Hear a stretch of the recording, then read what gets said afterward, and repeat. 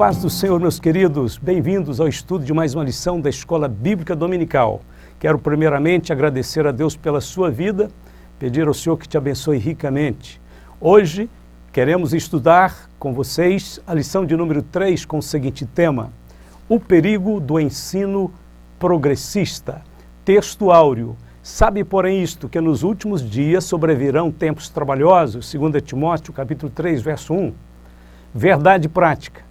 Os ensinos progressistas buscam desconstruir a fé cristã por dentro e afastar as pessoas do verdadeiro cristianismo bíblico, tornando-as meras militantes de causas sociais.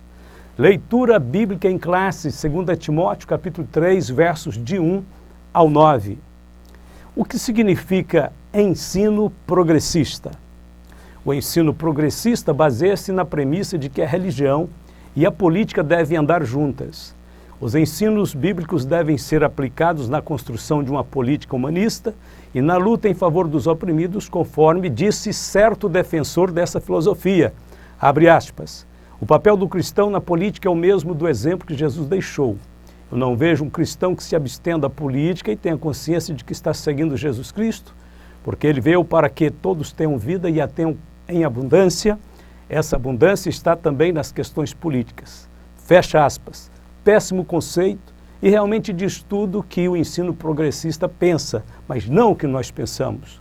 Ao contrário disso, o pastor Franklin Graham, filho de Billy Graham, apontou recentemente para o perigo do pensamento progressista, enumerando os seguintes pontos de tensão. Primeiro, o ensino progressista surgiu nas salas de aulas dos seminários teológicos, se infiltrou nos púlpitos das igrejas e foi propagado por uma mídia liberal e ímpia. Segundo, o ensino progressista lança dúvidas sobre os princípios fundamentais da palavra de Deus quando nega que Deus é soberano, quando rejeita os milagres, quando é indiferente à doutrina bíblica do pecado, quando relativiza os valores morais e defende a necessidade de ressignificar a fé cristã. Terceiro, os defensores do ensino progressista distorcem a verdade da palavra de Deus sobre a sexualidade quando negam a distinção dos sexos feita por Deus e, em vez disso, inventam seus próprios padrões equivocados de sexualidades não guiados pela palavra de Deus. Quarto, se esquecem que o maior problema do homem é o pecado e que a única solução para ele se encontra na obra da cruz. Por fim, a pauta progressista está essencialmente ligada às questões raciais e culturais que incitam o ódio e a luta de classes, sem qualquer compromisso com a unidade e a pacificação social. Um exemplo disso está na defesa que fazem da desconstrução da família, na união homoafetiva, na liberação das drogas, no antissemitismo, na conceituação do Estado de Israel como Estado terrorista, na divisão marxista da sociedade em categorias de opressor e oprimido. Aqueles que não concordam com eles são taxados de fascistas, homofóbicos e racistas. Este é o evangelho que os progressistas têm para oferecer. Ponto de número 1, a descaracterização do cristianismo, a deterioração moral. Sabe, porém, isto que nos últimos dias sobrevirão tempos trabalhosos, pois os homens serão amantes de si mesmos. 2 Timóteo 3, 1 e 2. Os últimos dias neste texto referem-se aos dias que antecedem o arrebatamento da igreja. A principal característica deste tempo será a egolatria, do grego philautos, que significa amor egoísta, exclusivo e pecaminoso. Vivemos os dias dos muitos direitos e dos poucos deveres. O homem deseja estar no centro e a sua religião consiste em cultuar a si mesmo. Paulo alerta que o coração humano se tornaria num terreno fértil para Satanás plantar a impiedade e a degradação moral. Jesus disse, e por se multiplicar a iniquidade, o amor de muitos esfriará. O aumento da iniquidade já está acontecendo, e o esfriamento do amor também. Muitos estão desistindo de batalhar pela fé que uma vez foi dada aos santos. Porém, a minoria de escolhidos perseverará até o fim. Não é tempo de ser cristão fraco e indeciso. O Senhor Jesus nos adverte. Aprendei, pois, esta parábola da figueira, quando já os seus ramos se tornam tenros e brotam folhas, sabei que está próximo o verão. Igualmente, quando virdes todas essas coisas, sabei que ele está próximo, às portas. Em verdade vos digo que não passará esta geração sem que todas essas coisas aconteçam. O céu e a terra passarão, mas as minhas palavras não hão de passar. Mateus 24, 32 a 35. A erosão da ortodoxia. Já aprendemos que a expressão ortodoxo diz respeito à fidelidade a um princípio, a uma norma ou a uma doutrina. O crente ortodoxo é aquele que não se adapta nem admite novos princípios ou ideias diferentes da doutrina de Cristo. O ensino ortodoxo é aquele que permanece fiel ao ensino original, que não aceita inovações nem mudanças. Neste sentido, a Bíblia diz: lembrai-vos dos vossos pastores que vos falaram a palavra de Deus, a fé dos quais imitai, atentando para a sua maneira de viver. Jesus Cristo é o mesmo, ontem, hoje, eternamente. Não vos deixeis levar em redor por doutrinas várias e estranhas, porque bom é que o coração se fortifique com graça e não com manjares, que de nada aproveitaram aos que a eles se entregaram. Hebreus 13, de 7 a 9. O apelo é para que fiquemos arraigados e sobre-edificados em Cristo. Quando a autoridade bíblica é rejeitada, aparecem espaços para as falsas doutrinas, como lemos: como, pois, recebestes o Senhor Jesus Cristo, assim também andai nele, arraigados e edificados nele, confirmados na fé, assim como fostes ensinados, crescendo em ação de graças. Tende cuidado para que ninguém vos faça presa sua, por meio de filosofias e vãs sutilezas, segundo a tradição dos homens, segundo os rudimentos do mundo, e não segundo Cristo, Colossenses 2, de 6 a 8. Lamentavelmente, já podemos verificar que as filosofias humanistas têm penetrado em muitas igrejas evangélicas, tornando-as um pouco mais do que um clube religioso.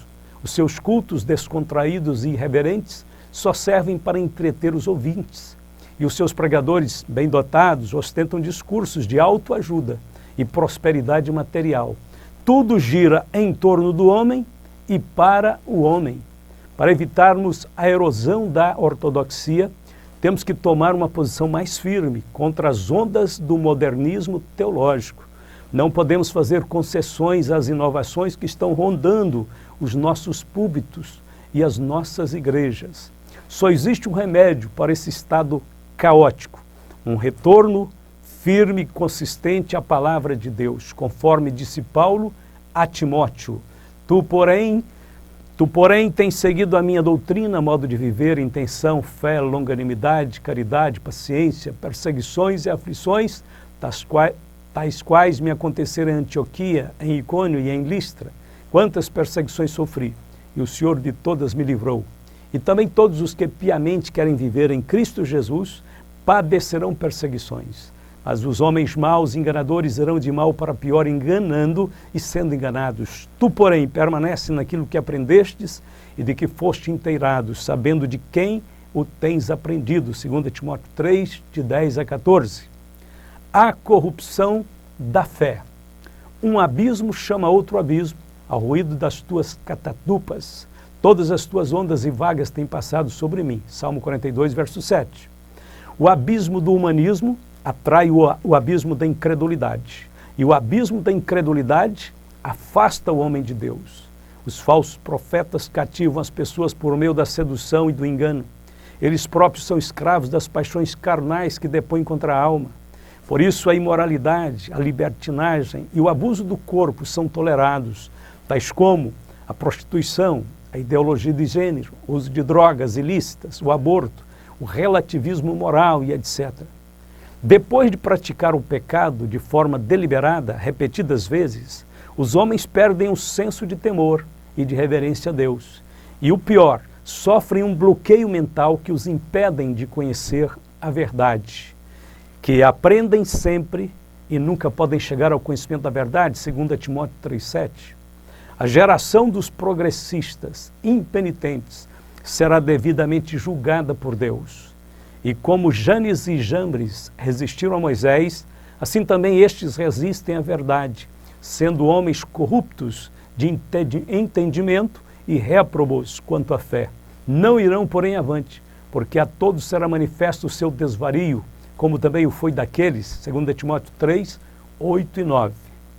Ponto de número 2. As teorias progressistas. Neste ponto, destacaremos 3 teorias falsas que procuram deturpar a doutrina bíblica. Primeiro, a desconstrução da Bíblia. O ensino progressista é o desdobramento do liberalismo teológico. Como já vimos, o liberalismo teológico é uma corrente teológica que nasceu na Alemanha, no início do século XVIII, cuja principal premissa é a negação da inspiração, suficiência, autoridade e inerrância das Escrituras. O parâmetro progressista é desconstruir a Bíblia para satisfazer a concupiscência do coração humano, conforme alertou Paulo. Porque virá tempo em que não sofrerão a sã doutrina, mas tendo comichão nos ouvidos, amontoarão para si doutores conforme as suas próprias concupiscências e desviarão os ouvidos da verdade, voltando às fábulas, 2 Timóteo 4, 3 e 4. Olhando para a palavra de Deus, vemos que a chegada de um novo evangelho, em que a salvação do homem aconteceria por meio de reformas sociais, já estava previsto. A ideia correta do pecado como algo repulsivo e perverso também seria anulada, cancelada. O fracasso seria atribuído simplesmente à desigualdade e injustiça social. Nessas condições, o homem moderno já não mais precisaria de um salvador. A obra salvífica seria substituída por uma boa educação, pelo progresso econômico. Porém, tudo isto é falso. Paulo escreveu: porquanto, tendo conhecido a Deus, não o glorificaram como Deus, nem lhe deram graças. Antes, em seus discursos se desvaneceram e o seu coração insensato se obscureceu. Dizendo-se sábios, tornaram-se loucos. Romanos 1, 21 e 22. É pura insanidade negar o caráter hediondo do pecado. É pura insanidade rejeitar a obra expiatória de Cristo na cruz. Como escaparemos nós se não atentarmos para uma tão grande salvação, a qual, começando a ser anunciada pelo Senhor, foi-nos depois confirmada pelos que a ouviram, testificando também Deus com eles por sinais e milagres e várias maravilhas e dons do Espírito Santo, distribuídos por sua vontade. Hebreus capítulo 2, versos 3 e 4. O teísmo aberto. Nessa teologia, Deus é limitado, não conhece o futuro em detalhes, não exerce o controle absoluto sobre o universo e nem sobre a vida humana. Afirma-se que o conhecimento divino das coisas que estão por acontecer depende das ações livres dos homens. Rejeita-se o conceito de presciência em que Deus sabe todas as coisas antecipadamente. No extremo oposto dessa heresia, temos a negação do livre-arbítrio, onde o homem deixa de ter o direito de fazer escolhas. Segundo este pensamento, a soberania de Deus anula a vontade própria de todos os demais seres criados. Portanto, o teísmo aberto nega a soberania de Deus e o seu oposto nega o livre-arbítrio do homem. Como conciliar estes 2 pontos de vista opostos? Em primeiro lugar, numa rápida consulta da Bíblia, vemos que o Deus verdadeiro se distingue dos falsos deuses precisamente pelo fato de que ele conhece o futuro e é capaz de predizer o que vai acontecer, conforme lemos. Lembrai-vos das coisas passadas desde a antiguidade, que eu sou Deus, e não há outro Deus, não há outro semelhante a mim, que anuncie o fim desde o princípio, desde a antiguidade as coisas que ainda não sucederam, que digo, o meu conselho será firme e farei toda a minha vontade, que chamo a ave de rapina desde o oriente o homem do meu conselho, desde terras remotas, porque assim o disse e assim acontecerá, eu determinei e também o farei. Isaías 46, de 9 a 11. Lemos também Efésios 1, 11, nele digo, em quem também fomos feitos heranças, havendo sido predestinados conforme o propósito daquele que faz todas as coisas segundo o conselho da sua vontade. Este é o pensamento a respeito da soberania de Deus. Agora, em segundo lugar, vamos ver o livre-arbítrio do homem, que também pode ser devidamente comprovado nas Escrituras, conforme lemos.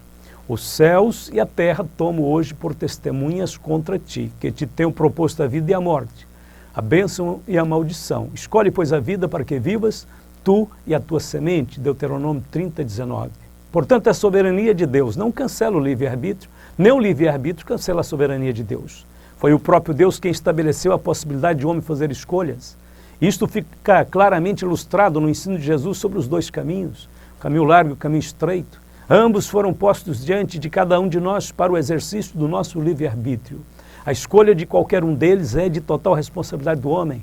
A escolha de qualquer um deles não surpreenderá Deus e nem porá em dúvida nenhum de seus atributos. Não impedirá Deus de ser soberano. Quando lemos o texto de Paulo em Filipenses 2,13, que diz: porque Deus é o que opera em vós tanto querer como efetuar segundo a sua boa vontade, nós devemos notar que Deus não está anulando o nosso querer próprio, visto que no versículo seguinte temos que exercitar o direito de escolhas. Paulo diz: fazei todas as coisas sem murmurações nem contendas. Filipenses 2,14. Portanto, entendemos que Deus influencia as nossas decisões, mas não as determina. A melhor opção é sempre se render à vontade de Deus, não resta dúvida, pois Ele nos ama e sabe o que é melhor para nós. Mas com certeza, muitos resistem à vontade de Deus e Deus permite que isto aconteça. Sendo soberano, Ele também tem a soberania para fazer isto. Teologia da demitologização. No ano de 1958, o teólogo alemão Rudolf Karl Bultmann publicou em alemão a sua obra clássica, Jesus Cristo e Mitologia.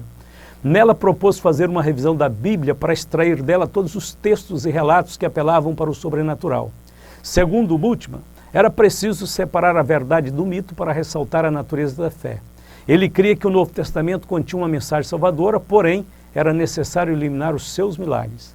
Segundo Bultmann, o Novo Testamento é inaceitável ao homem moderno, que não mais acredita em milagres, demônios, intervenções sobrenaturais no curso da história. A sua obra era, portanto, para atingir o centro da mensagem do Evangelho, a fim de transmiti-la de forma compreensível ao homem moderno. Assim estava ele expressando, claro, enganosamente. Porque Bultmann, na realidade, representa os racionalistas, os existencialistas que tentam deturpar a verdadeira interpretação bíblica. Ele não cria na Trindade, nem na encarnação, nem na inspiração da Bíblia, nem no sacrifício vicário, nem na ressurreição e nem na segunda vinda do Senhor.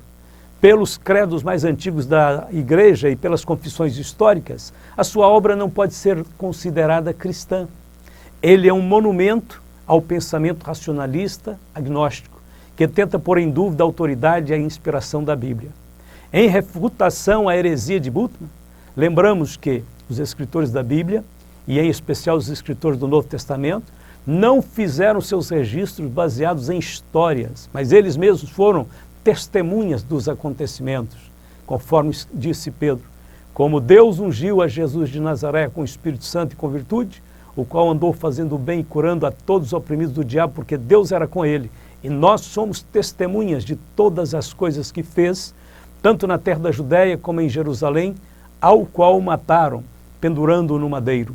A este ressuscitou Deus ao terceiro dia e fez que se manifestasse não a todo o povo, mas as testemunhas que Deus antes ordenara a nós que comemos e bebemos juntamente com ele, depois que ressuscitou dos mortos. Atos 10, 38 a 41. O apóstolo João também explica que os sinais miraculosos não são acessórios do Evangelho. São o próprio Evangelho que conduz o homem à fé perfeita em Deus e à vida eterna. Conforme lemos, Jesus, pois, operou também em presença de seus discípulos muitos outros sinais que não estão escritos neste livro. Estes, porém, foram escritos para que creais que Jesus é o Cristo, o Filho de Deus, e para que, crendo, tenhais vida em seu nome. João 20, 30 e 31. Ponto de número 3. Refutando o ensino progressista, reafirmando a autoridade bíblica. Todas as seitas heréticas tiveram início com o abandono das Sagradas Escrituras. É um grave erro colocar outros livros em pé de igualdade com a Bíblia. A célebre frase, somente a Bíblia, advinda da Reforma Protestante, resume tudo. A sola Scriptura indica a inspiração, autoridade, suficiência, infalibilidade e inerrância das Escrituras. Significa que somente a palavra de Deus deve ser identificada como regra de fé e prática da Igreja. Os reformadores acreditavam que a autoridade das Escrituras não dependia do testemunho de qualquer homem ou mesmo da Igreja, mas unicamente do próprio Deus, seu autor. Esse conceito contrastava diretamente com a teologia da Igreja medieval. Naquela época, a autoridade papal, a tradição e as decisões dos concílios possuíam autoridade equiparável às Escrituras. Todavia, apenas a Bíblia é a revelação especial de Deus e de sua vontade ao homem, ensinando as doutrinas bíblicas. A igreja não pode permitir que a cultura e os costumes da sociedade determinem a sua conduta e crença. Se a autoridade bíblica for negligenciada, haverá um rápido enfraquecimento da consciência cristã e a igreja será esvaziada de sua integridade moral e espiritual. Somente as Escrituras podem nos libertar dos hábitos mundanos. Todo pregador que considera o seu ministério como uma dádiva do Espírito deve confiar no poder da palavra de Deus. Somente a palavra de Deus pode desnudar o coração do pecador, fazendo-o curvar diante da presença santa do Salvador. Porque a palavra de Deus é viva e eficaz e mais penetrante do que qualquer espada de dois gumes, e penetra até a divisão da alma e do espírito e das juntas e medulas, e é apta para discernir os pensamentos e intenções do coração. E não há criatura alguma encoberta diante dele. Antes, todas as coisas estão nuas e patentes aos olhos daquele com quem temos de tratar. Aos Hebreus 4, 12 e 13. Somente a palavra de Deus pode derrubar as fortalezas espirituais que fazem oposição ao conhecimento divino. Quando foi tentado no deserto, o próprio Senhor Jesus Cristo derrotou Satanás usando o poder e a autoridade da palavra de Deus. Portanto, somente as Escrituras podem nos dar o discernimento correto da vontade de Deus. A Bíblia precisa ser ensinada e pregada diariamente na igreja, enfatizando a santificação. Conforme disse Pedro, a palavra de Deus é a semente incorruptível que opera a nova vida, sendo de novo gerados não da semente corruptível, mas da incorruptível, pela palavra de Deus viva e que permanece para sempre. 1 Pedro 1,23. Também a Bíblia diz que a palavra de Deus opera a obra da regeneração. Segundo a sua vontade, ele nos gerou pela palavra da verdade, para que fôssemos como primícias de sua criatura, Tiago 1,18. E também a Bíblia diz, o Senhor Jesus afirmou que a palavra opera a obra da santificação. Santifica-os na verdade. A tua palavra é a verdade. João 17, 17. A regeneração, a nova vida, dá lugar então à santificação. E a santificação dará lugar à glorificação. Todo o sucesso do processo está na obediência à palavra de Deus, no poder da palavra de Deus, no abandono das concupiscências e numa vida de entrega completa ao Senhor. Por isso diz a palavra, rejeitando toda imundícia e acúmulo de malícia, recebei com mansidão a palavra em vós enxertada, a qual pode salvar a vossa alma. Sede cumpridores da palavra e não somente ouvintes, enganando-vos com falsos discursos. Tiago 1, 21 e 22. A Bíblia diz que devemos cingir os lombos do nosso entendimento, ser sóbrios, esperar na graça e ser filho obediente, não conformando mais com as concupiscências que antes havia em nossa ignorância, mas como é santo aquele que nos chamou, devemos também ser santos. 1 Pedro 1, 13 a 15. Conclusão. Aprendemos nessa lição que o ensino progressista faz parte da degeneração espiritual dos últimos dias. Aprendemos que o objetivo desse ensino progressista é promover o enfraquecimento da ortodoxia, instigar a frouxidão moral e afastar as pessoas da fé genuína. Portanto, diante destas ameaças, a posição da igreja deve ser de resistência contra todo o falso ensino. Nenhum filho de Deus precisa ficar também alarmado com o surgimento das heresias. Contudo, é necessário ficar atento aos movimentos que se processam no mundo espiritual dos nossos dias de hoje, porque Jesus disse, acautelai-vos que ninguém vos engane. Devemos então levar a sério o nosso compromisso com Cristo e ser firmes em nossas convicções. Que Deus nos ajude, nos guarde, nos abençoe. Em nome de Jesus, amém.